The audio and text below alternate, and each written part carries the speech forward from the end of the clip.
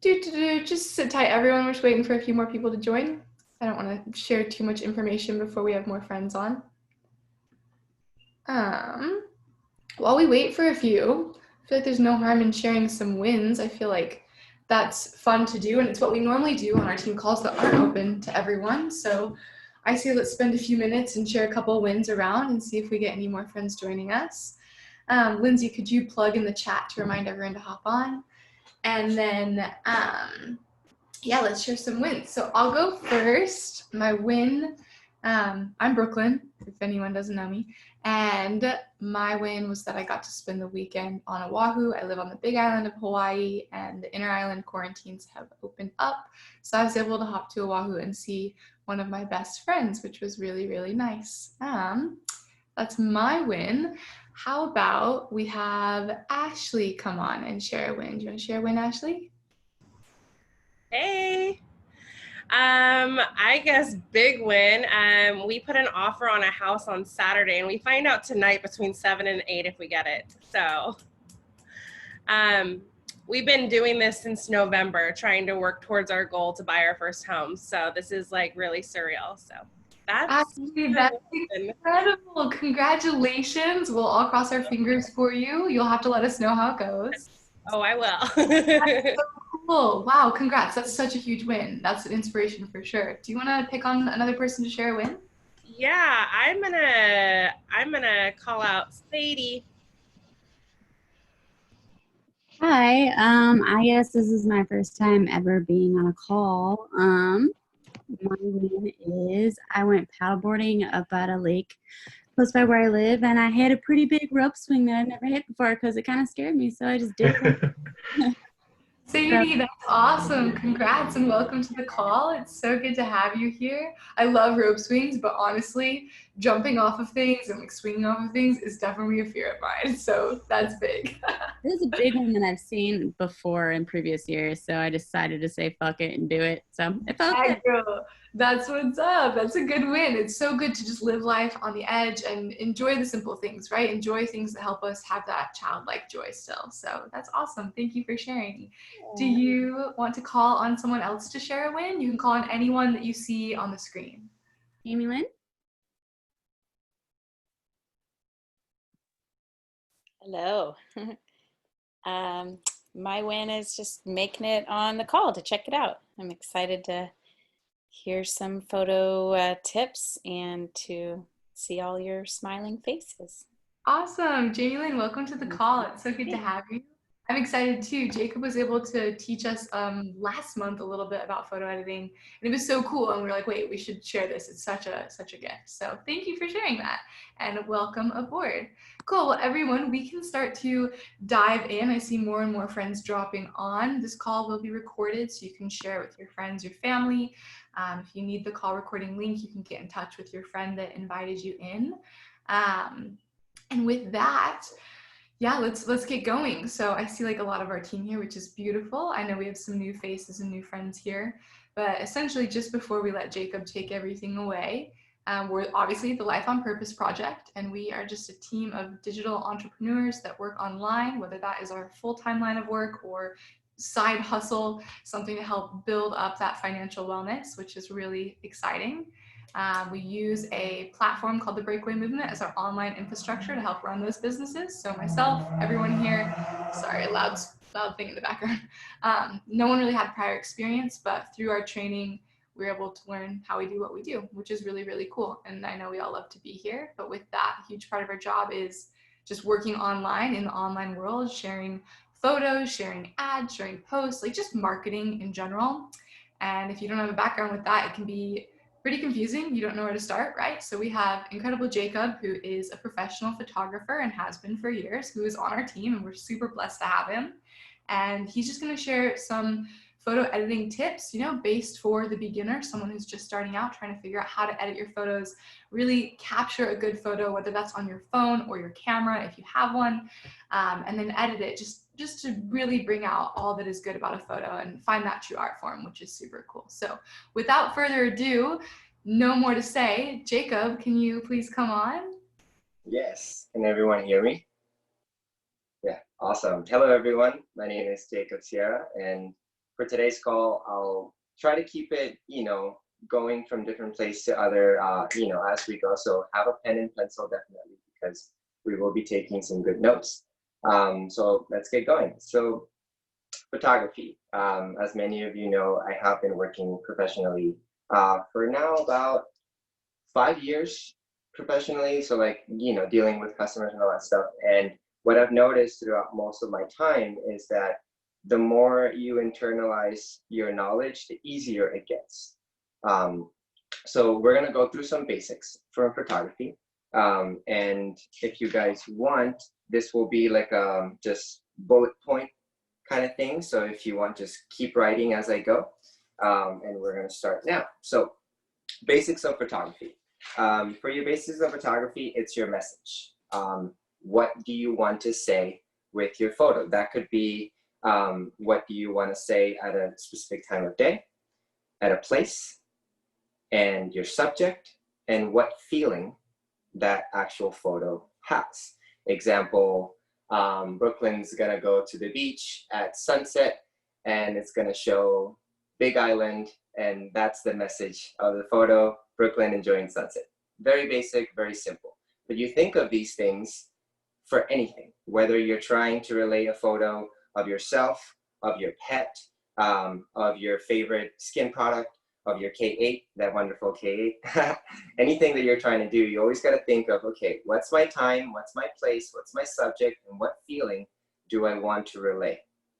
For those things to come into place, you have to understand the basics of how a camera works, because knowing the basics of how a camera works will help you create the feelings, will help you frame your subject, will help you understand how to frame your photo.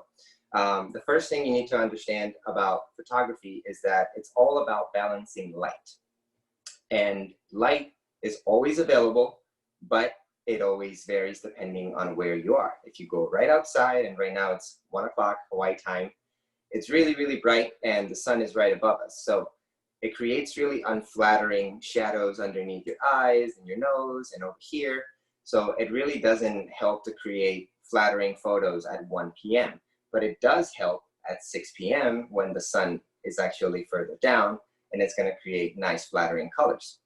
So understanding that you're always going to be dealing with light is key to be able to take better photos. So the first thing that comes, if you have a camera, this applies if you have a camera, if you have a phone, still understanding this concept really, really helps. It's your shutter speed. So the shutter speed is how fast your shutter of the camera is going to open and close, meaning that it's either going to create motion or it's going to freeze motion. Example, we'll go with the example of Brooklyn at the beach again.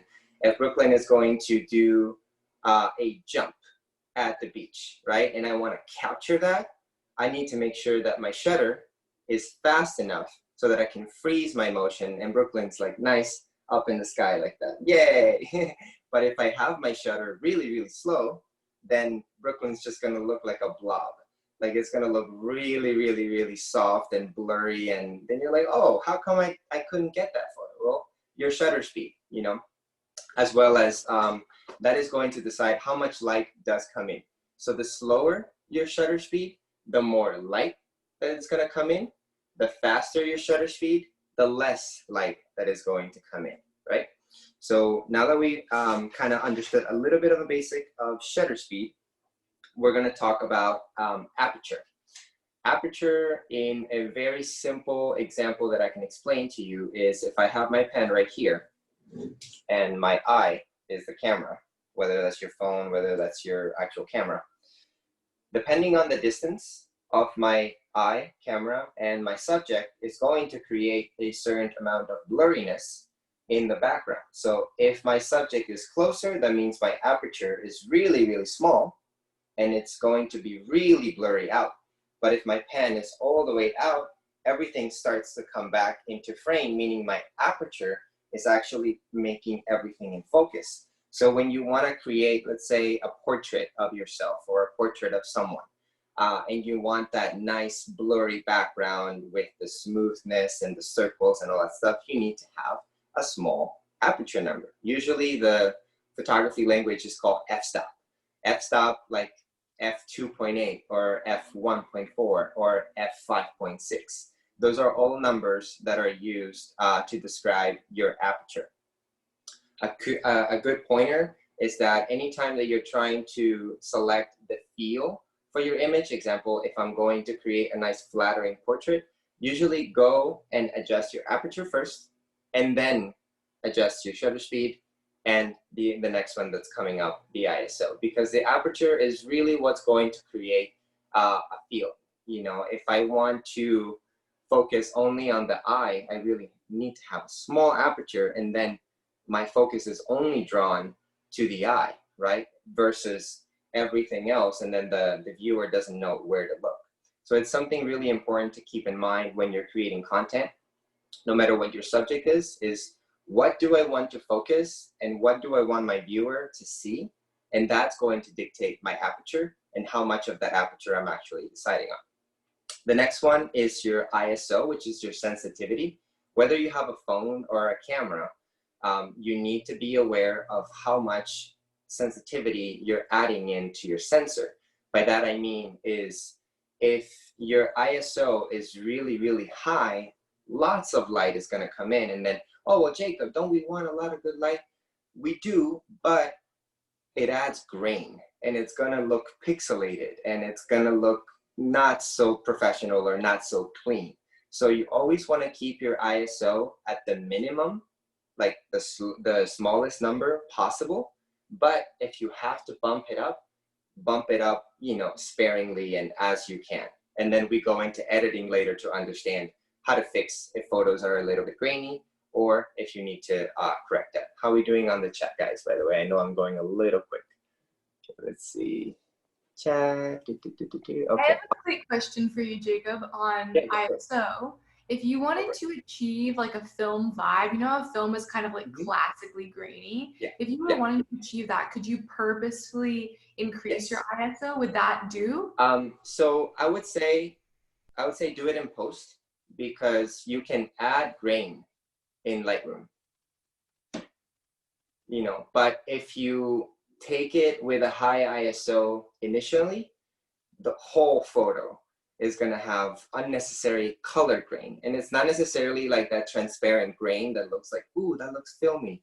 It's going to be purple or blue or reddish. And it's really, really hard to correct the whole photo if it's super grainy, rather than adding grain later in post-processing. Awesome. Perfect. Okay, let me look at my notes over here.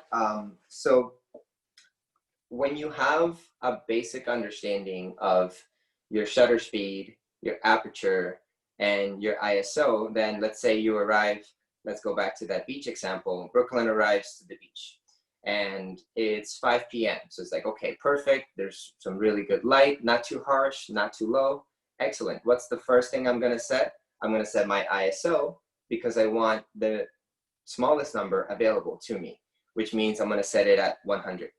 Then, okay, I'm going to take that jumping shot of Brooklyn above the ocean. So I need to have my speed at a certain number so that I can freeze the motion. I'm going to set my speed at least 2/50th of a second and above, and that's what freezes motion. Anything less than that, you will start to have a little bit more motion blur. And then your aperture. So depending if I want to only focus on Brooklyn, or if I want to make sure that the whole picture is in focus, then I'm going to set my aperture. So that's how you can connect those three into when you arrive to any location and you start to dial in your settings to get the best results. It's really important to get everything right in camera. I cannot stress this enough, because, you know, there's some Photoshop gurus, there's some people who can turn a model into a pizza, and I've seen it and it's amazing. But you want to save yourself the hassle and all the trouble of like, oh, I can fix it later, that's fine.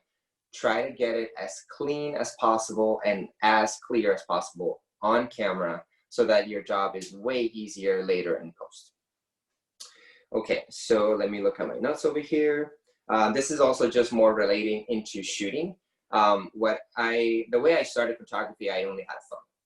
I was living in New York City, and I would walk around and just take photos everywhere and anywhere. And what really helped me was curiosity, because if you're curious enough to learn, then you will apply yourself. You know, you will have that drive to like, you know, I'm gonna go around and try to take some photos of my neighborhood today. So I would say whether you do have a professional camera, whether you don't, whether you only have a phone, try to have like at least once a week where you just go on an artist date. This is from the Artist Way book that is called, you know, like a little date for yourself where you literally go purposely to try to create something, you know. And if you go and maybe you couldn't find something, that's okay. Come back the next day. You know, sometimes there's some photographers that I've read on their books that they talk about how they went to one place and they really wanted to take that image, but the circumstances made it unavailable and they had to come back the next day and the next day after that until they finally were able to get the shot that they really wanted. So if you're curious enough to start getting yourself out there and just, hey, let's go and take some photos, and you have a friend who wants to, you know, be in front of the camera, or you want to be in front of the camera, go out there, like just keep shooting, because the more you shoot, the easier it gets to try to understand all of these things. So let's see.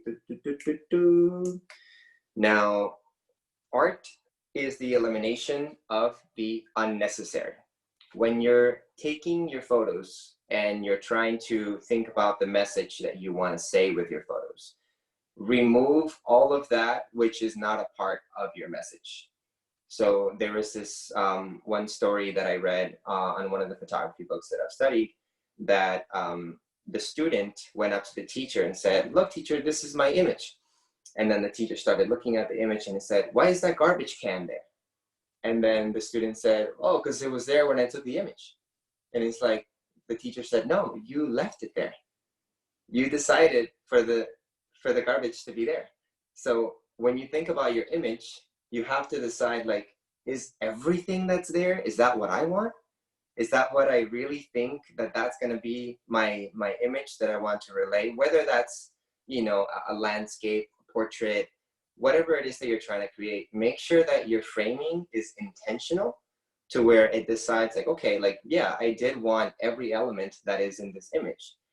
If you couldn't decide it, that's okay. You could always remove it in post-processing, but being intentional the most you can when you shoot it is going to help so that you don't have to, you know, erase people later or try to do something crazy with the photo. It's going to help a lot. So definitely do focus on things that you can remove or add into your photo. Now let's go over here. So, sorry, I wrote so much stuff today that I'm a little, all right, here we go. Picasso has this quote that I really, really love that says, if I don't have red, I use blue. And by that I take, don't think that you gotta have the most expensive camera. Don't think that you gotta have the new lens, the new this, the new that. Use what you have. I'm sure everyone has a phone because you're logged into this call. That means you have a phone. And if you have a phone, you can take a photo, you know, and there's free apps to edit. Even Lightroom mobile is free. So you can just start with what you have now and build later. I think that iPhone 11 is one of the best iPhones that I've seen in terms of how it shoots, because you have so much different abilities to do different lenses and all that stuff. But if you don't have an iPhone 11 and you have just something older, just start there and, you know, maybe get mobile lenses. They're very inexpensive, but you can get some lenses that are just like on top of your phone, and that way you can actually have a little bit of extra wider range or macro, close-up, whatever it is that you really like to show with your phone or with your camera. And fail a lot in order to succeed in the long run. So I always go back sometimes and I look at my first images and I'm like, oh my God, what was I thinking? And then now I'm like, okay, I understand. So you need to make these mistakes. You need to frame something in not such a pleasant way in order to learn how to pleasantly frame it. And by frame, I mean, you're always going to have the rule of thirds in your photo. So always pretend that there's going to be lines that divide everything that you're taking into 3 areas, right? 1, 2, 3, 1, 2, 3. And in those 3 areas, you will decide where your horizon is going to be. And please, please, please, please, please, always make sure your horizon is straight. I mean, if you're into that, make it crooked, but most of the time the eye is going to look for a straight horizon. It's very distracting if it isn't, and there's very easy ways to just make sure that your horizon is straight. Your subject should always be somewhere that it is dominant or non-dominant, but where the frame kind of wraps around the subject. And by that I mean, let's go back to that example of the beach. If I want to take Brooklyn and I want to accentuate the beach, not Brooklyn, but I want to accentuate the beach and Brooklyn is at the beach, I'm going to make Brooklyn really small on one of the bottom frames to make sure that everything else is really nicely in frame. But if I want to focus on Brooklyn, then I'm going to, hey, come forward, and her face is going to be in the center or a little bit to the side or a little bit to the left, but it's going to take much more off that frame so that my intention and the feeling that I want to create is going to be on my subject rather than the beach itself. Let's see. So yes, how can you make your portraits more interesting? Always look for something to add in the foreground. Example here, let's see. So we have a little glass, right? And my eye is the camera. So I'm going to take a photo of this, but to make it a little more interesting, I'm going to add something in front of it to add a little juxtaposition going on, to add an extra element of depth. So if I add a leaf, if I add something like a crystal like this that I do for my images, I'll just put it in front of the lens and it creates a nice little rainbow. So always look for little things that you can add in front of your image, subject, background. So you always kind of have like a 3-layer thing going on. And that really, really helps to create more depth, and people will be more intrigued in like actually looking at your image like, wow, like that looks beautiful. Like this foreground and the subject in the background, like so much going on, but so simple. And because you become intentional with your framing, then you actually start telling a story, which is really what photography and videography is really about. It's about telling a story, relaying your message, and knowing what feeling you create with that image. Along with feeling, temperature is actually a really big one that oftentimes doesn't get brought up. Temperature will create a feeling. And by that I mean, if a photo is slightly colder, it might, go inward a little more. It might feel introverted. It might feel, like cozy, wintertime, all those feelings that are related to a colder temperature photo. If it's warmer, summer vibes, happy, let's go to the beach, cinematic feels, all that stuff. The temperatures will definitely dictate a different feel for your photo. So if you can, do it manually before you take the photo. If not, you can always do it in post-processing. All right, how are we doing, guys? I know I'm going a little quick. Awesome, okay, perfect. So let's see over here. 1 second.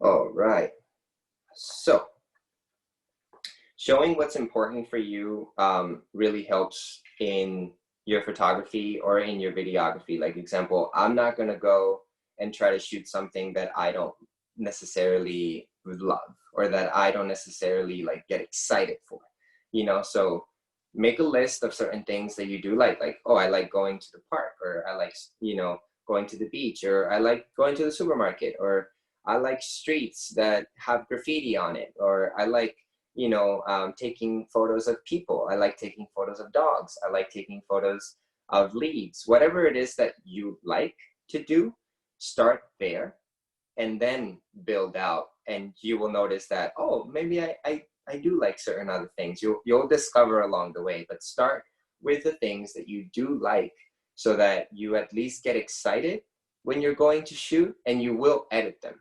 Because there's nothing worse than like shooting a bunch of photos and then you never edited them, and then they never see the light of day and they're just collecting dust, So always make sure that you are doing something that you do love, because if you're not having fun shooting, it's gonna get boring, So you definitely gotta have fun, and sometimes just like take your phone out and be like, hey, have everybody make some silly faces.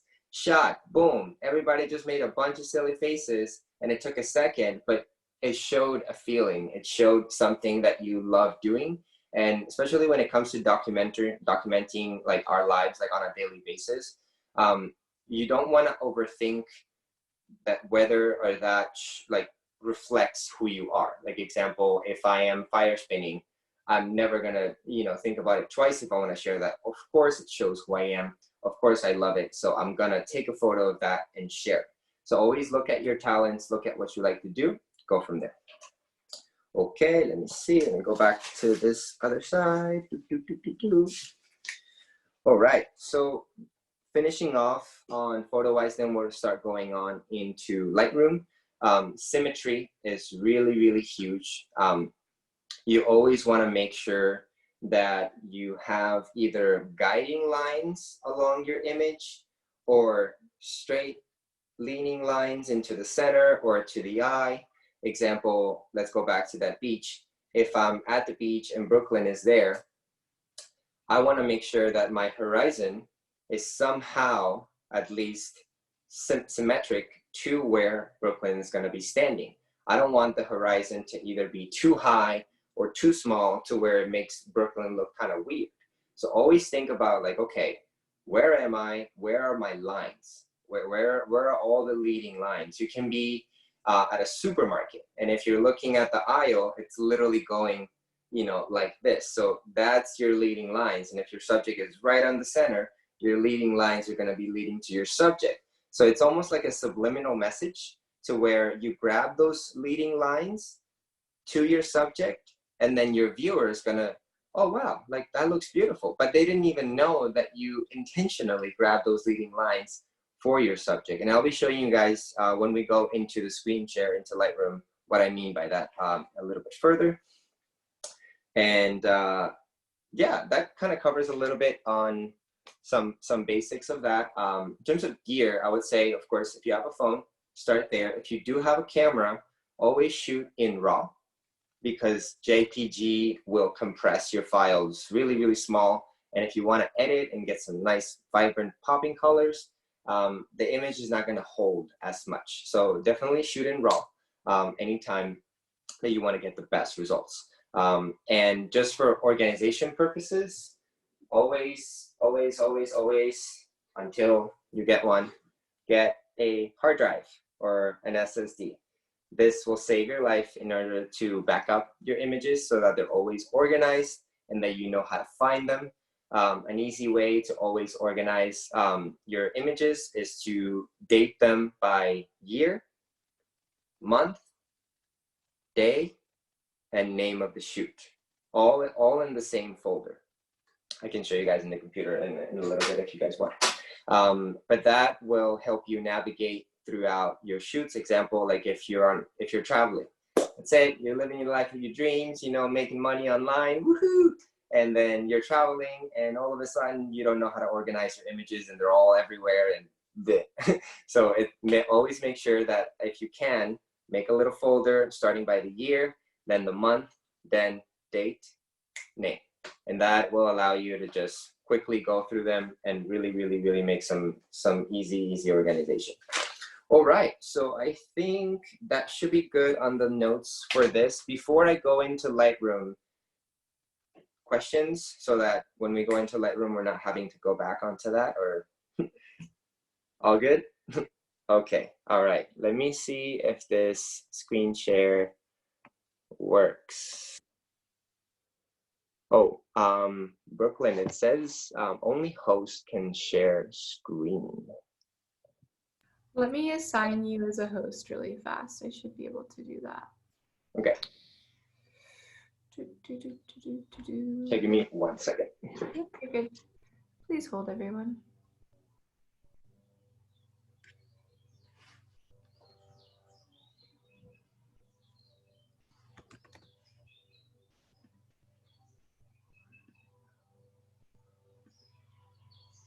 All right, Jacob's computer should officially be the host. So when he comes back, he should be able to screen share. So everyone, if you have questions also that pop up as Jaycob is diving into this at any time, feel free to put them in the chat. Lindsay and I are monitoring the chat, so we can also save questions for the end of the workshop, and then Lindsay and I can read them out to him. So feel free to do that if that happens at any time. Jaycob, you should be the host now, so go ahead and try to share the screen. Okay, let's see.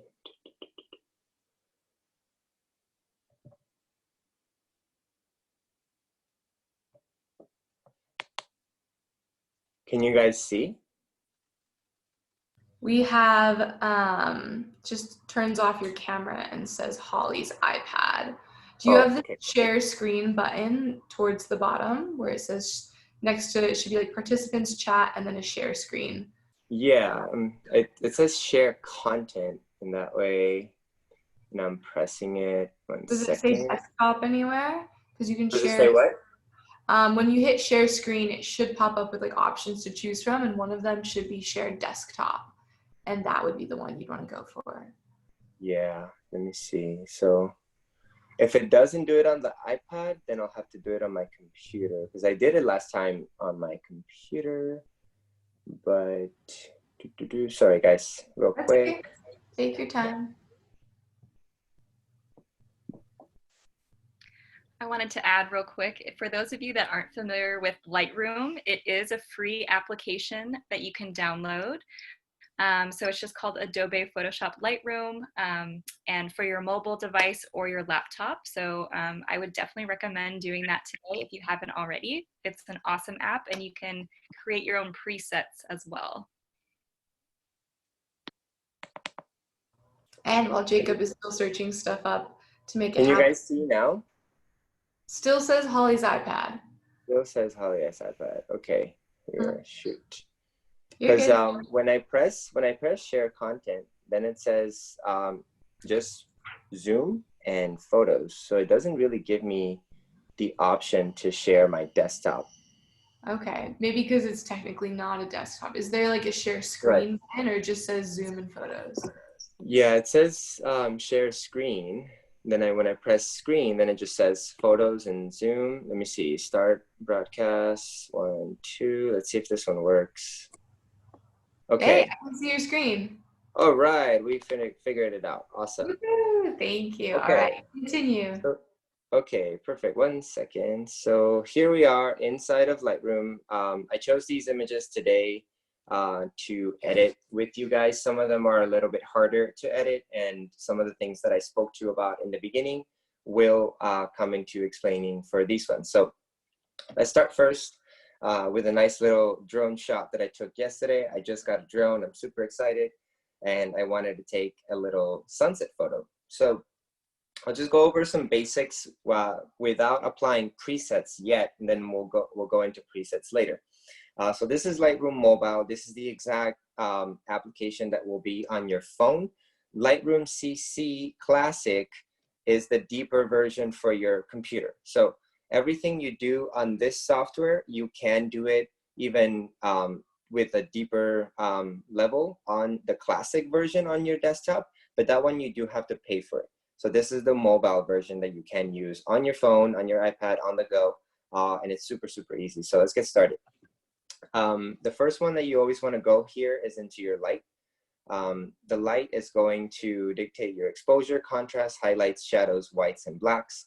So usually you never want to go like too much to one side to the other. You always kind of want to go little by little and adjust as you go. That way you're not making sure that everything gets adjusted at the same time. So usually if I see my photo a little bit darker, I'll just start and I'll go and bump up my exposure just a tad.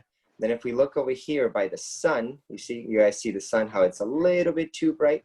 Then I'm gonna grab those highlights and actually bring them down a little bit. And that's gonna soften any source of light that is burning your image. So anytime that you have really harsh sun in your image, always tackle your highlights first.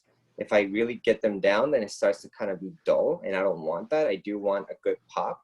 So anything around the 20 to 30 mark, it's a good way to reduce it. your shadows, like if you guys look at the bottom left side of the photo, it starts to get darker, right? So if you go over here in shadows, you see how it actually lifts all those shadows, but it does take away some of the contrast. So I'm only going to lift them up a little bit so that I can remove, so that I can keep some of my contrast. Then I will go into my blacks also, same concept. I can either lift them or I can go all the way down.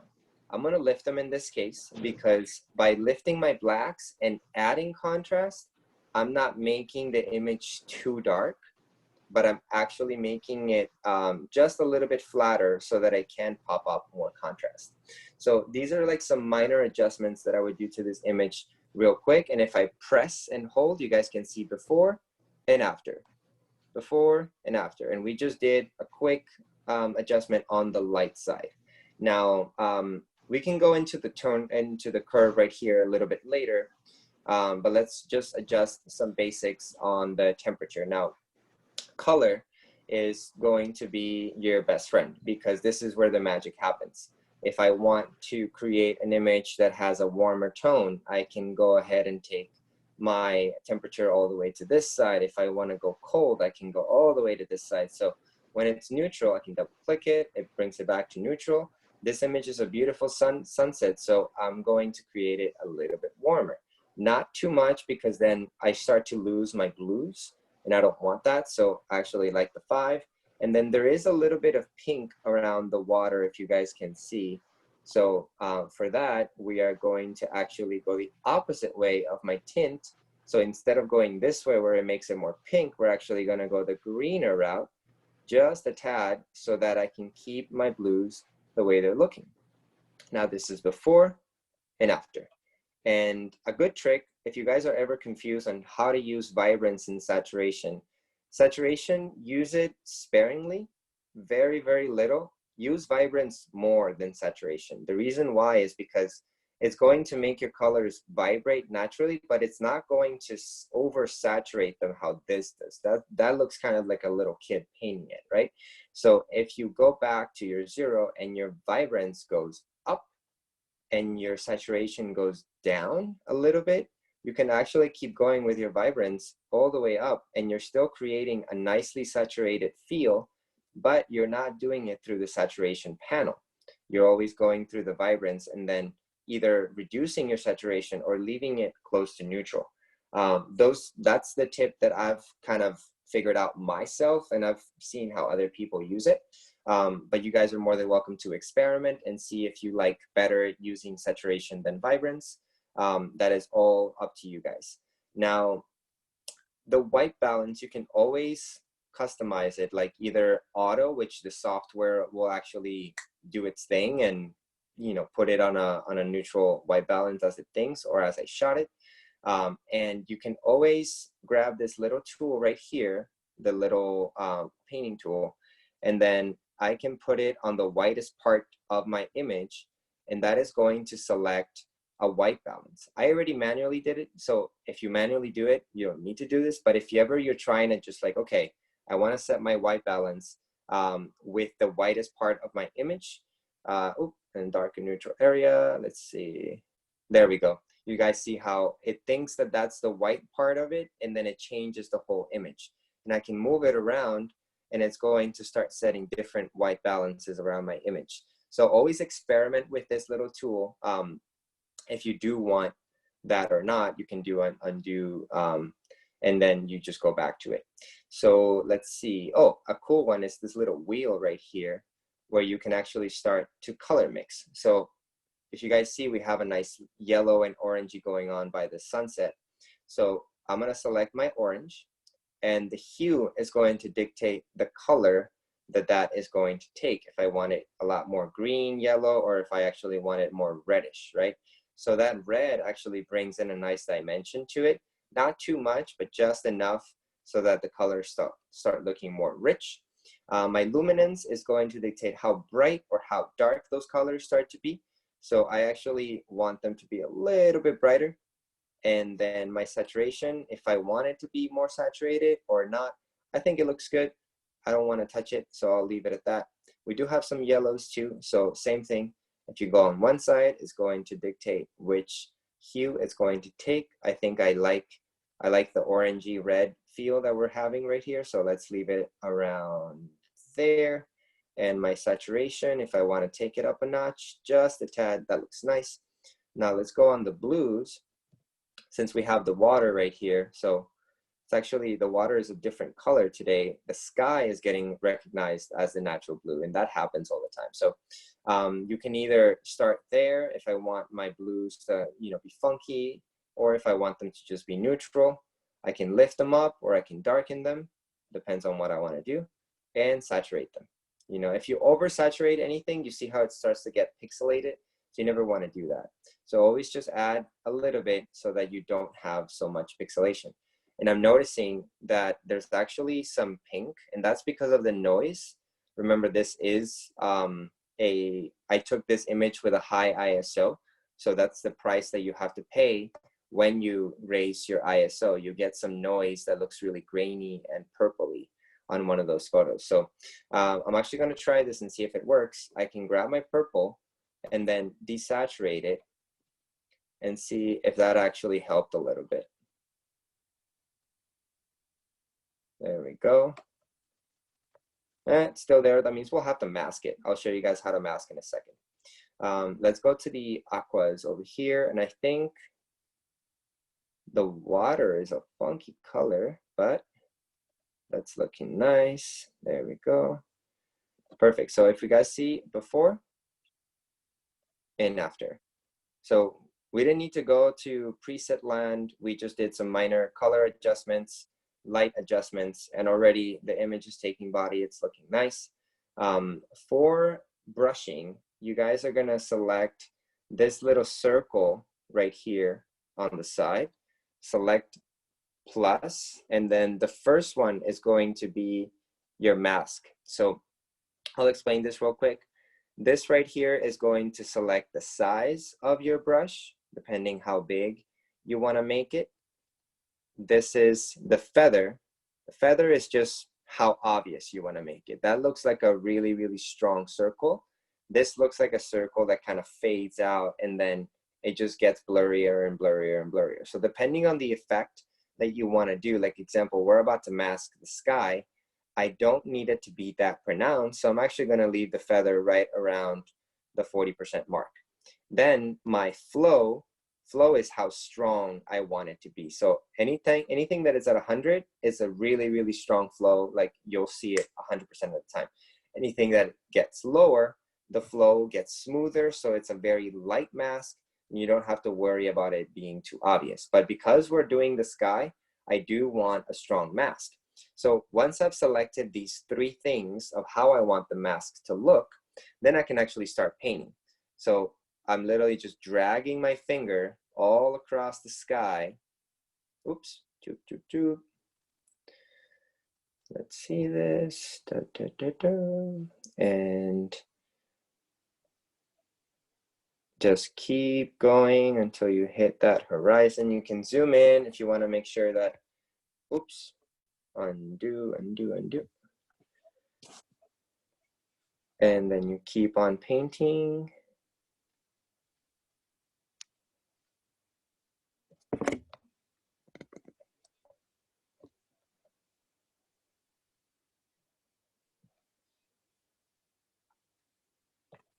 And of course, this on the computer, oops, on the computer will be a little bit easier because doing it with your hands is not as easy. But once you get used to masking, it's actually your best friend. So if we look at this, then everything looks red because it's showing me where I put my mask, right? But if I press this little blue square right here, it just removes it. So now that you can click on and off to know where your masking is, you can unclick it so that you can actually see what you're doing. You go into your light and you can add any exposure or remove some if you want. But the reason why I wanted to do a mask is to actually go into the noise and delete the noise. So example, we're going to zoom in so that we can see what is happening. So if I move all the way here, oops, you guys can see what happens. And then if I move all the way here, then you can see that the noise is actually being affected. So that is one quick way that you can remove noise from a photo. And you can even go into the color, and we can add a little more blue temperature. Try not to make your masks too obvious, because then people can see like, oh, that image looks weird on that part, right? So you always kind of want to make it a little bit, not too much, and then you can saturate it, desaturate it, however you want to do it. This is totally up to you on what colors you want. You can even select a different hue, and then you can get funky with any creation that you want. You know, so you can definitely do all of that as you want. So if we go here, and then let's say we undo this, undo, there we go. And that's how I would mask the top part of the sky. So if we look at before and after, we brought the colors back to life. And you can even go into the little crop tool right here, and you can straighten it out if you want. Like we said, remember the horizon line wants to be straight all the time. So always just make sure that you're getting the horizon straight. An easy way is you go over here and straighten, and then Lightroom already did it for me. There's another way to do it on the computer. I think, wait, no, that's not it. There's a ruler thing on the computer that you can actually just draw a whole line across the horizon, and then it'll actually do that. Let's go into the next image so that you guys can see. This is a maternity shoot that I shot a couple weeks ago. And this was a very difficult time to shoot because it was 2 p.m., meaning that the light is really harsh. So the first thing I did was I need to find shadows. So I went into a shady spot, because anytime that you have a shade, you're going to have very nice, flattering, equal light all across the board. So same thing, first thing you want to do, go into your white balance and make sure that you're balancing your colors. So I'm just going to quickly adjust so that the skin tones are going to look nice. And let's go back into the light. Let's bring up that exposure a little bit, highlights a little bit down. And then from here, this is when you want to apply a preset. So I did some very minor adjustments, and then I want to apply my presets. So this right here is going to pull up all your presets. These are some that are already inside of Lightroom, and then the ones that I have personally been using for all my clients, they're called signature edits. You guys can go on YouTube, just type signature edits, and he's one of my favorite YouTubers. He's taught me a lot of the things that I'm talking about right now, and he sells his presets. You can make your own. I do like getting my own presets from people that I do admire their work, and I do make my own too. So it all depends on what you like to do. And you can select what preset you want. I like the more earthy one, and I also like the classic skin. So it depends really what kind of effect you're trying to create. You can just go through and look at your presets. And actually, let's go with this one today, since I already went with the other one the other day. So let's go with this one, then we apply it. Then already before and after, just with the click of light and color, and now my preset is already looking nice. But if you guys notice, there is a little bit of shadows going around her dress. So this is another masking tool that I'm going to teach you guys. So you go back to your masking, which is right here.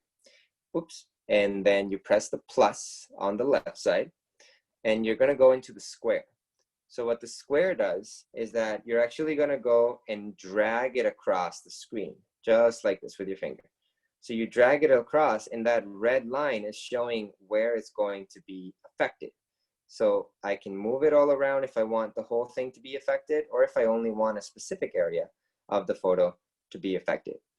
And then let's see how I can twist this. Okay, here we go. So let's say we're going to do that area. And then now I can actually just go in and either adjust my shadows or my exposure, my blacks.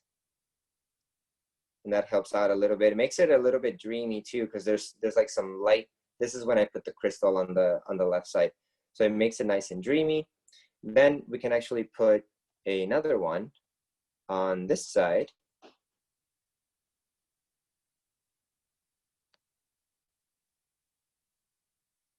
Right there. And then we also just brighten up the shadows just a tad. And the exposure just a little bit, not too much. Never want to get carried away. There we go. And if we press done, then we can see before and after, right? Now let's go into the next image to practice something else. So this one, as you guys can see, there's a lot of light coming in that was burning my highlights. This was during the 1:30 to 2 o'clock hour. So it was a little bit difficult to get, but just so you guys can see, you can always soften skin with your brushes. So if we press again, our little brush tool, here we go. Boom, we press that one, and then we're gonna select our size. I suggest if you're ever painting faces, do it as small as you can, because it's gonna be easier for it not to spill over. And you're gonna make your feather a little bit less obvious, so not so circle, just a tad. And then our flow, the flow can be at 90. There we go. So and then here, I'm actually gonna start painting right around her cheeks because I want to soften up her skin. So I'm going to be painting a mask. And if ever you're wondering like, well, where can I paint? It's like, if you've ever done a face mask, just literally do the exact same thing. Like wherever the face masks go is wherever you should be painting. So you can just press, I'm doing a lousy job because I don't have my computer and I'm not used to editing via phone, but trying my best here, guys. And voila, so let's go with that. It's a very basic mask. Let's remove that. And then if you go into your effects, this is the money tip right here, guys. Your texture will actually make it smoother. Look at that. Immediately, just before, here, one second. Let's press the done. And then you guys can see before and after. Just a super, super quick way to smoothen out the skin. And you can even go deeper and try to remove those little lines right there. And then of course, we would be able to adjust our highlights so they're not burning as much, brighten up our shadows a tad, go into our color, adjust the white balance, same concept, that looks nice. Then let's go into our presets. And once we go into the preset, we can select which one we want. So I wanna select the more earthy tones. And this one's actually one that I posted on my Instagram not too long ago, if you guys want to check it out. And then from here, the image is already looking pretty ready. I would just actually have to mask this little white thing right here. So if you guys want to see how you can save that part and not call it quits because, oh my God, the sun is too harsh, I need to fix it. So there's ways to fix it. So you're gonna go here and paint. And just paint all around the area that is burnt by the sun.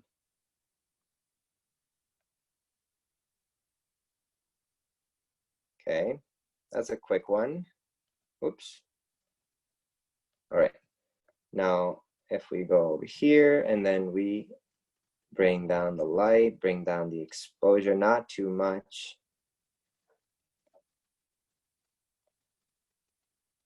There we go, and already, just a quick way for you to see before, see that white is super burnt out, her skin is not as smooth, and then voila, already super, super fast. Just with masking, you softened up the skin, got some detail back on that white area, looks beautiful. This is my beautiful K8, she's so beautiful, and this is our business, right? So anytime that you're wanting to create some content for your business, of course, you want to take a nice photo of your K8.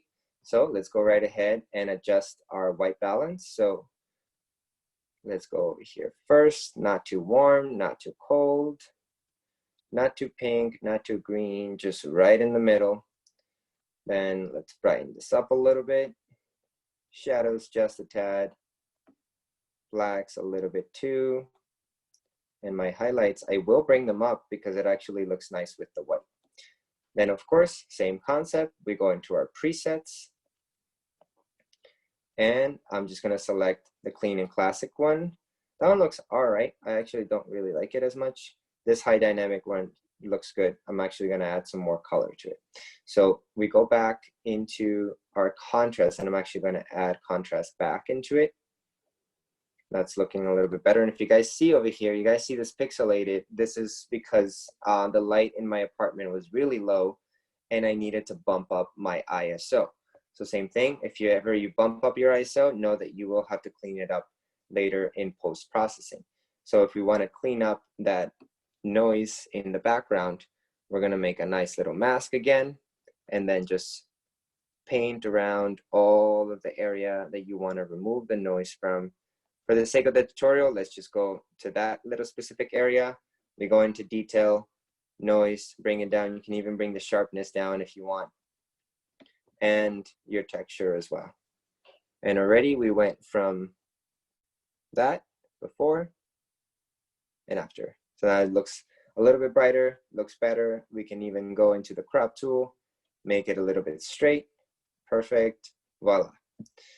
Now let's go over here to this other side. Let's see what we got over here.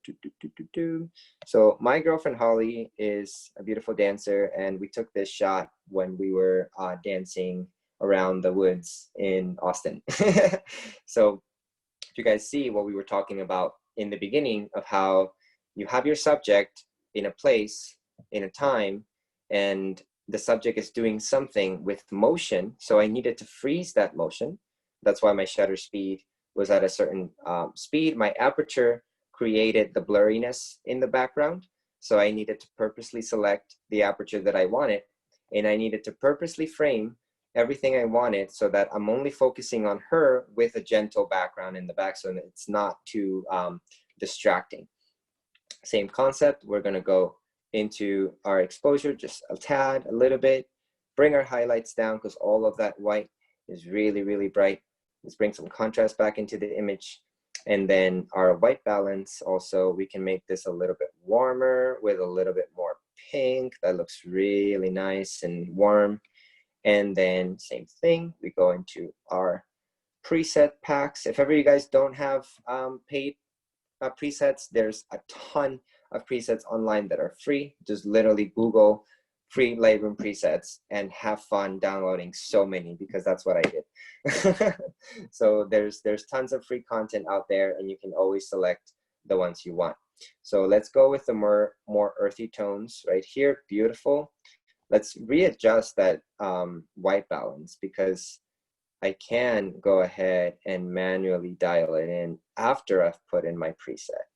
There we go, that looks a lot better. And in your effects, this is where actually you will dictate how much the subject does pop. Like example, my clarity, if I go all the way up, everything just gets so much more heavy and contrasty, versus if I take it off, everything's a little too smooth. So somewhere along the middle is the happy line, if ever you want to remove a little bit or more, but never add too much, because when you add too much, that's when the images look kind of fake. And you always want to make it look as real as possible, right? So somewhere along that, I actually like that. Dehaze is your tool. If ever you have hazy light in your photo, you can always take this one side or the other, and it's going to dehaze that light for you. So I like it how it looks there. Vignetting is around the corners. If it's going to start creating that sense of intrigue towards your subject. So in this case, it actually looks pretty dramatic and cinematic, so I like it. You can select if you want your midpoint to go wider so that the vignetting is not so obvious. Same thing with the roundness, like that, and your feathering. The easiest way to figure out what they do is literally just move it from one side to the other and you will see it, right? If we go back into the detail right here, now my sharpening is at 85. This is very, very sharp. And the easiest way to understand how to sharpen a photo, if you look at sharpening and you look at masking, masking is going to dictate actually how much of that 85 sharpening is going to go in the image and where. Example, right now my masking is at 47, which means that's the area that is being masked. So if I go over here and then I press it, if you guys can see, that's the part that is actually getting sharpened. What I'm doing right now is one hand is pressing the bar on this side, and then my other finger is just pressing on the image and holding it, and that's how I'm able to see what I'm actually sharpening. And same thing for your noise reduction. Noise reduction is always better, like I taught you guys earlier, do it by masking, because if ever you do your noise reduction throughout the whole image, then everything is going to be noise reducted, and you guys can see it starts to be a little bit too soft around my subject, so I don't want that. So I'm going to bring the noise back a little bit. There we go. And this kind of looks a little bit grainy to Brooklyn, how you wanted that filmy look. It adds a little bit of that. And I think geometry, let's see. Yeah, this is if ever you're having like photos of buildings. Let me see, do I have any photos of buildings here? Oh yeah, we do. Here we have this one. This is a photo that I took at an event that I was working at. It was a fashion show. So if ever you have some buildings that are like crooked or you took the photo wrong, you can always go into your geometry and actually start messing around with the distortion. So if this is like last resort, if ever it looks really, really weird, right? But for your verticals, you can always adjust it this way, just a tad, but then you'll have to crop it, right? And for your horizontal too, same thing. So if ever you feel like you're looking at an image and it doesn't look right, try to go into the geometry area and see how you can fix that. Then let's go into a nice landscape shot. So I took this on a helicopter, and as you can see, there's a lot of haze going on. It looks really, really white, even though there's a lot of blue. So the first thing we're going to do is we're actually going to straighten it a little bit. There we go. Perfect. So now we have a straight image. We go into our color. We're going to adjust our temperature. Now my greens start popping up. We can see the water coming back, and we're still having some blue. So I actually like that temperature there. Then I'm going to add a little bit of pink, because that's actually going to look really nice with the mountains and the sky. So I'm going to leave it there. My white balance is now set. I'm going to bring these highlights down a little bit, and then I'm going to go into my preset right here, clean and classic. Boom. There we go. So then we have that. Now we build on top of it. Our contrast is actually at -100. I want more contrast, so I can just dial it in and bring it back around. That's actually a really nice level. Then my blacks too, I can either go up or go down, depends on what I want to do. And then if you guys notice, I'm losing a lot of detail in my sky. So let's do a quick masking so I can bring my sky back. So I'm just gonna choop, choop, choop, how we did it in the other one, real quick. And now that my sky is masked, I can actually go in and add a little bit of contrast, bring those highlights down just a tad. Then I can go into my color, bring in a little bit more temperature, right? Bring in a little bit more saturation too. Boom, I can change the hue if I want it to be a different blue, right?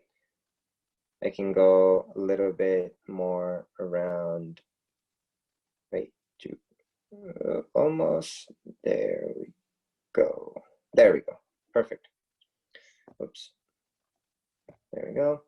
And then from here, our detail, we can either reduce noise or sharpening, but this is for the mask. So we're actually gonna leave that there. And voila.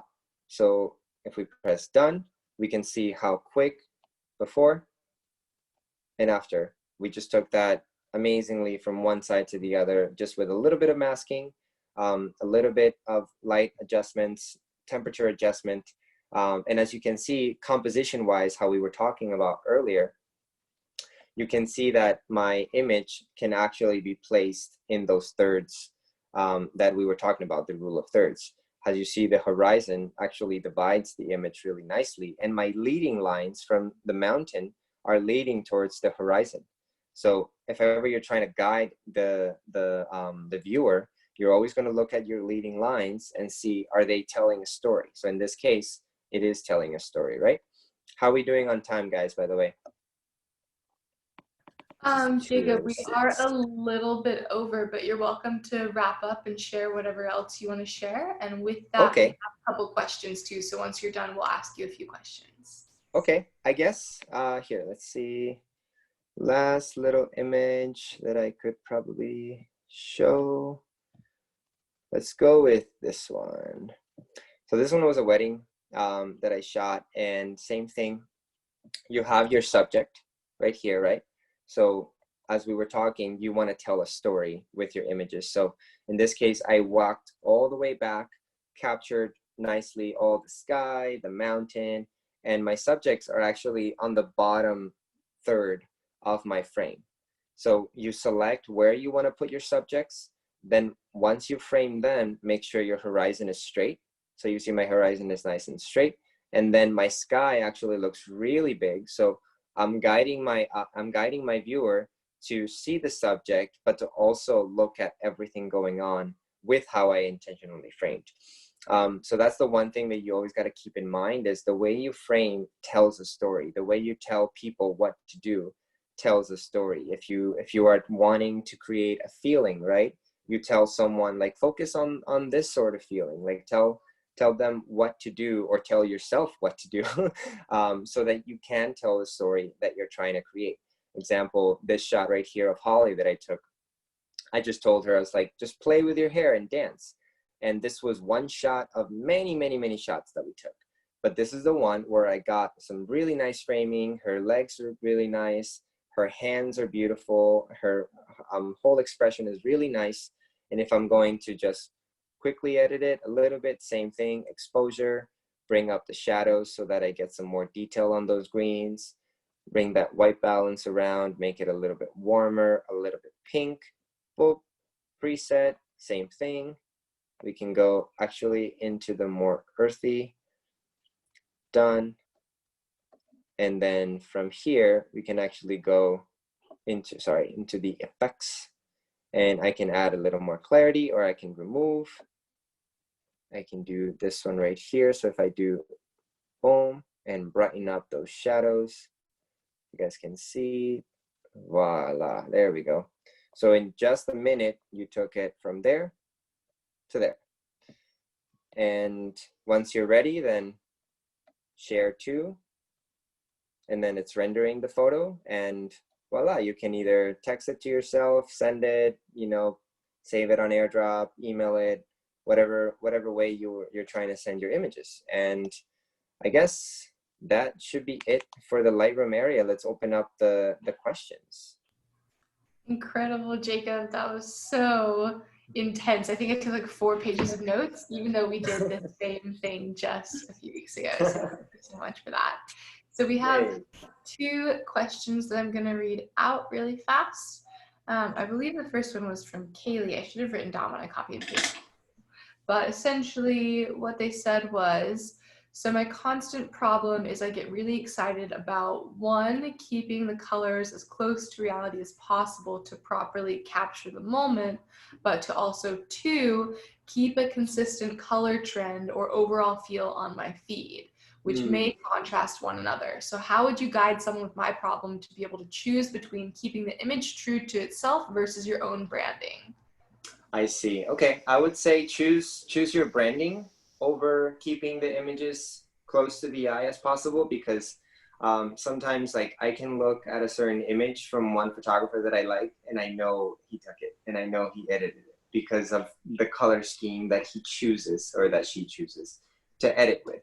And some are not necessarily as close to real life, right? So what always looks really cool is, of course, real life, but I've seen some images that have a purple sky, and I'm like, wow, that's amazing, that's beautiful, so always choose something that is closer to your branding, something that you do want to relay as your messaging, or as the color scheme of your brand.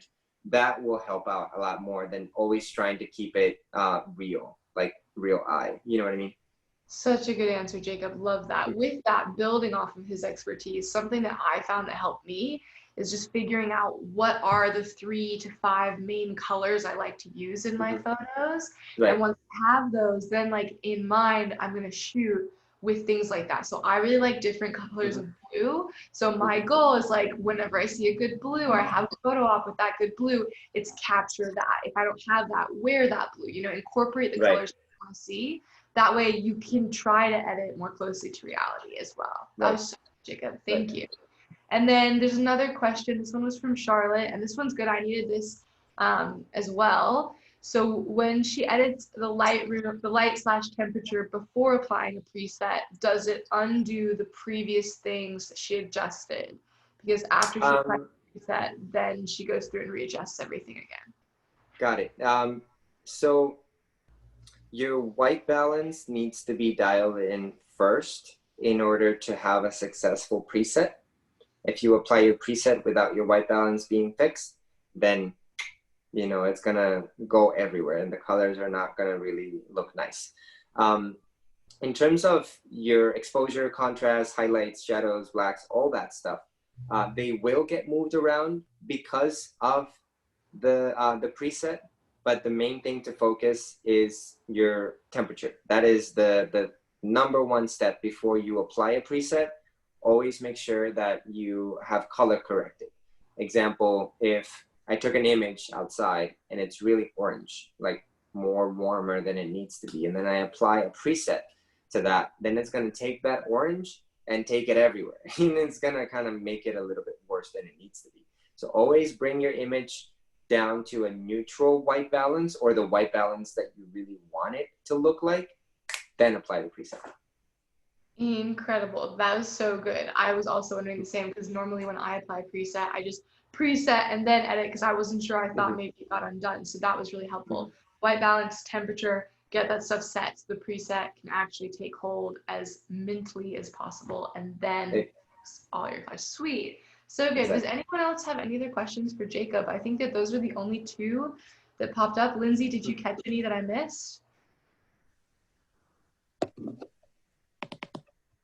No, I think we look good. A lot of people were just super stoked that you touch on a lot of just some of the issues that we've been running into. And I think that we're really excited to kind of tap into a lot of the different settings now. So that was beautiful. And thank you for being so detailed. That was awesome. Thank you. Incredible. Well, Jacob, thank you so much. Like Adam said just now, he's sure more questions will come up as we all go along. Everyone find Jacob on Instagram. Lindsay can post Jacob's Instagram handle in the chat right now. But he is a great photographer to check in with and follow. Brooklyn, real quick. Yeah. This is color.adobe.com. I suggest everyone to write this website down. If ever you're having trouble figuring out what colors work well, or just deciding, you know, like for your outfits or for your color palettes or for anything, you go here into the color harmony rule and you select what kind of color combination you have. One of the most popular ones is your triad. So it pops out three colors that are always opposite in a triangle form. And you can rotate and go around, and any color that you like, it will always select those other 3 ones, depending on the hue, saturation, and even to the extremities. So even like monochromatic, meaning, you know, it's only one color, so there's different shades that you can utilize, can always go around. Complementary colors, so they're always going to be opposite to each other.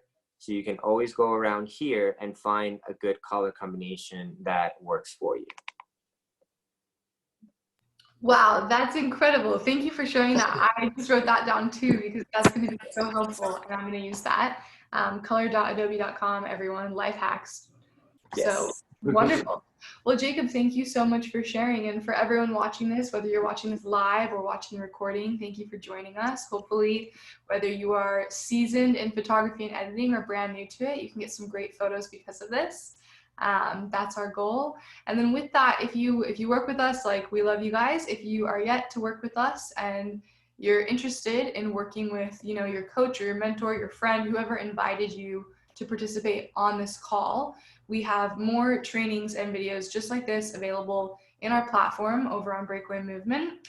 And it's absolutely worth investigating just to see if it suits you, if it feels good for you. You're able to enroll in training, it's no strings attached. You can see behind the scenes into exactly how we work in an online marketing world and all of the tips and tricks that have helped us become successful. If it suits you, we'll help you move further. And if it doesn't, you walk away with some pretty solid information and can unenroll at any time. So get in touch with your coach that brought you in here. Coaches, go ahead, share that information with your friends, whether they're watching the recording or live. And yeah, thank you everyone for joining us here with the Life on Purpose Project. We really appreciate it. Thank you, Jaycob. So beautiful. Thank you, guys. All right, aloha everyone. Have a good day. Bye.